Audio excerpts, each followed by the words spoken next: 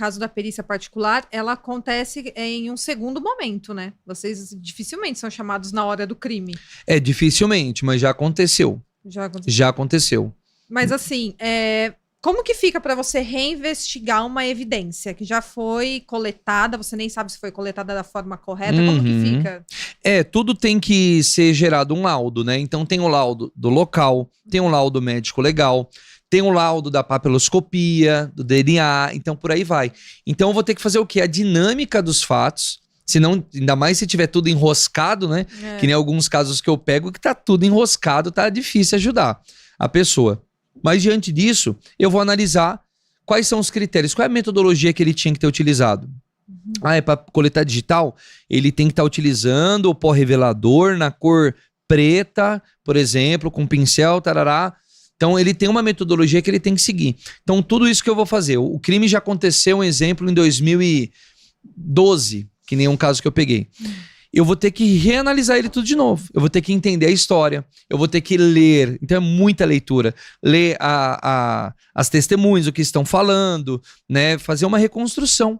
E entender se a dinâmica que foi adotada foi a correta ou se foi a pior, né? Adotada para a gente apresentar uma defesa técnica para o cliente, né? Que está preso às vezes ou respondendo por um crime que não cometeu. Mas, que nem eu tô com um caso agora que aconteceu, foi em fevereiro, né, no Rio de Janeiro, disparos de arma de fogo, só que não tem laudo praticamente nenhum. Tem um laudo bem superficial falando assim, teve troca de tiro e morreu 2 pessoas. Só que é o que eu tô perguntando, cadê a marca de tiro na parede? Peraí, como que tomou esse tiro da pessoa que tá respondendo criminalmente, sendo que a posição são totalmente divergentes? Você faz a trajetória da bala, né? Aí eu vou até o local com a minha equipe, às vezes faço uma reprodução simulada, fotografo tudo e mostro as possibilidades.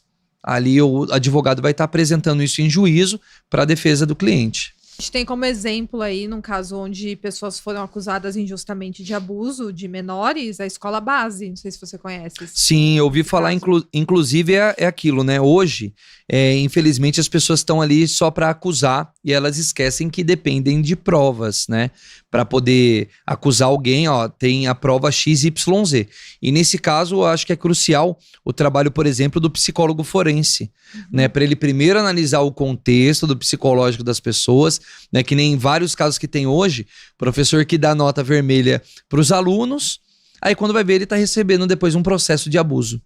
Meu Deus. Né? Hoje realmente vingança, né? Infelizmente está muito comum isso. E acaba com a vida da pessoa, né? Infelizmente. Uma acusação falsa acaba, né? Acaba com certeza. Com a vida da pessoa. É o psicológico, a família, a profissão, né? Tudo, né? E hoje a gente tá vendo isso acontecer em várias áreas, né? Um caso foi aí do Neymar, né? Que sofreu uma acusação injusta. Se não fosse aquela gravação de vídeo, provavelmente não ia ter provas a favor dele, no caso desse. Com certeza, né? Com que certeza. Ele tinha deixado as marcas na menina, né? Sim, isso, hoje o celular, né, é o principal elemento de provas, né? O policial militar, hoje, que nem em São Paulo, no Rio de Janeiro, ele tem ali aquela câmera pendurada no peito. Então, tudo que ele fizer, ele tem uma prova tanto para ferrar com ele, né, que é o caso que aconteceu, que eu vi numas reportagens aí, como também para ajudar. Claro, né, para ajudar. E que você que não é policial que tem a câmera pendurada é o celular, né? Então qualquer coisa já coloca o celular ali para gravar, grava o vídeo, grava o áudio, o que conseguir. O vídeo é muito melhor, né? Porque ele, que nem o caso do Neymar, você consegue analisar o contexto para saber se realmente houve abuso ou não. Se fosse só o áudio, já ficaria mais difícil. Aí não tem como ferrar numa dessa, com certeza. Agora, o caso Pesseguini é um caso muito emblemático porque tem ainda uma controvérsia nesse caso, que foi o casal de policiais que teve a vida tirada. Na verdade, toda a família Pesseguini, né? O casal de policiais e as 2 senhoras que moravam no fundo da casa, que era a avó do Marcelo Pesseguini, filho desse casal. E a conclusão é que o menino de 12 ou 14 anos tirou a vida dos pais, das avós e depois tirou a própria vida. Sim. A dinâmica desse caso ela é muito interessante. Porque quando você começa a analisar o perfil do menino, aí você analisa a altura, peso, a característica do pai, altura, peso, mãe, todo o contexto, posicionamento dos corpos, como que estavam. você já começa a ter dúvida. Mesmo quem não é perito, já começa a pensar, peraí, tá estranho isso, não é normal. Um garoto, será que dessa idade, desse porte, ele ia conseguir fazer tudo isso sozinho? Com pais policiais. Com os pais policiais, que ele tem ali uma devida orientação. Aí falam, não, mas foi o joguinho do videogame. Acho que só um joguinho não é suficiente para fazer um estrago desse tão grande, né? Então, eu não posso falar, eu acho, né, que perito não tem achismo, ou é ou não é, mas como não tô em juízo, né, então posso falar, a minha opinião é que ele não agiu sozinho. Teve com certeza alguém ali, bem com certeza, né, uma possibilidade de ter uma segunda pessoa, né, colaborando com ele, ou até mesmo induzindo ele e depois tirando a vida dele. É uma possibilidade. Com certeza. Ainda mais que a mãe dele estava denunciando policiais corruptos na mesma época. Sim. Ela estava fazendo denúncias e a posição que ela tá, eu não vou poder colocar aqui porque no momento do crime, né, quando ela teve a vida tirada. Eu vou colocar para não derrubar meu vídeo. Eu já fiz esse caso no meu canal e ele já tá limitado, infelizmente, porque esse tema desse caso me deixa muito curiosa, porque foi encerrado dessa forma. E eu vejo que tem várias possibilidades, né? Mesmo eu não sendo perita e mesmo muitos peritos falando que foi o Marcelo e ponto final, né? O Marcelo Pesseguini. Mas a mãe dele, ela tá ajoelhada. Ela tá em posição de execução, na minha opinião. É isso mesmo. E assim, tem gente que fala, tem perito falando assim, não, ela abaixou para ver o marido que já tinha levado um tiro. Só que ela tá ajoelhada perto das pernas dele. E ele levou o tiro, se eu não me engano, na cabeça. Então, assim, se ela fosse ajoelhar para ver se o marido tá com pulso ou ver alguma respiração, ela não ia ajoelhar perto das pernas, ela ia ajoelhar perto da cabeça. Com certeza. Até pra.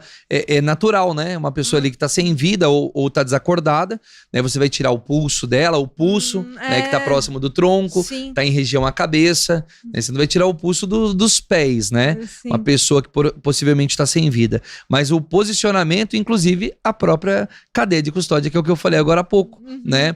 Cadê a preservação dos vestígios? Cadê os projéteis? Tinha vários policiais dentro da casa e é alegado pela própria Thelma Rocha, que se eu não me engano, ela trabalhou nesse caso. Sim, como fotógrafa. Ela fala em um podcast que os policiais pegavam copo e tomavam água dentro da casa e largava dentro da casa. Então, com isso, você não consegue nem saber quem de fato estava no momento do crime, quem não estava, né? Porque se existe a suspeita de que policiais corruptos podem ter feito isso por vingança, ele pode ter ido lá na cena do crime e falar, eu estava aqui para investigar. Sim. Dá até essa dúvida, né? De falar, será que fizeram isso de propósito ou por total desconhecimento? Tendo em vista que o policial, ele recebe um treinamento. Exato. Então tem o POP, né?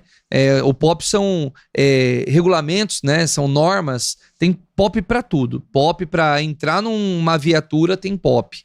Né? Como você coloca o cinto de segurança, se coloca, se não coloca, como que você anda, como que você se comporta. Então imagina o POP de uma cena de crime.